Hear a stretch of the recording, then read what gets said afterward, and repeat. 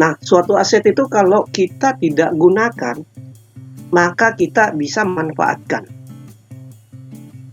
Nah, bagaimana kalau sudah tidak bisa dimanfaatkan? Kita pindah tangankan, ya enggak Bapak Ibu ya?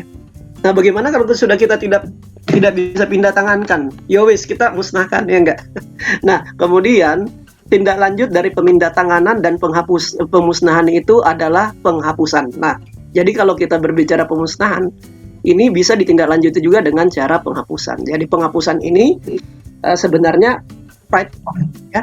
Jadi agar suatu aset kita yang tadinya masih tercatat di Satker kita ini bisa kita hapuskan dari laporan keuangan kita. Gampangnya kalau Bapak Ibu disimaknya atau di persediaannya, atau kalau yang sudah pakai Sakti di modul persediaan maupun di modul asetnya. Jadi pemusnahan ini sebenarnya adalah tindakan memusnahkan fisik dan atau kegunaan dari barang milik negara. Ya, ini secara konsep.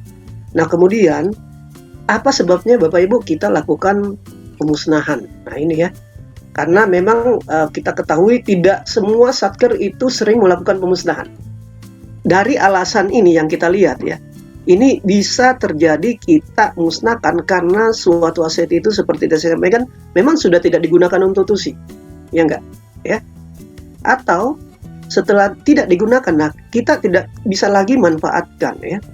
Apakah itu disewakan atau lainnya, atau tadi tidak bisa mungkin lagi untuk dipindah tangankan ya. Nah, atau bisa juga karena adanya alasan lain, karena ketentuan perundang-undangan mengatakan bahwa aset tersebut memang harus untuk dimusnahkan.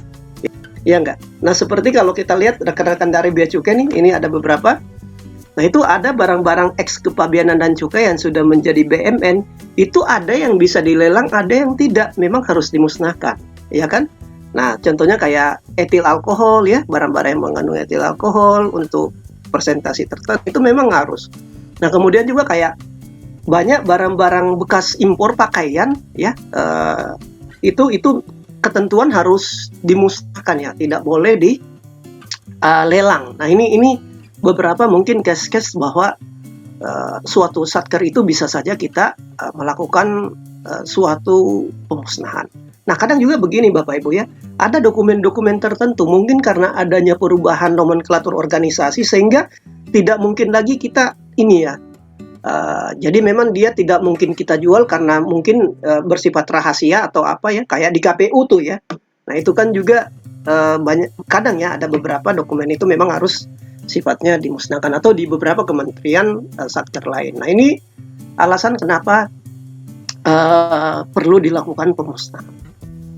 Demikian tema kita kali ini dan jumpa lagi di video berikutnya. Salam dari saya. Assalamualaikum.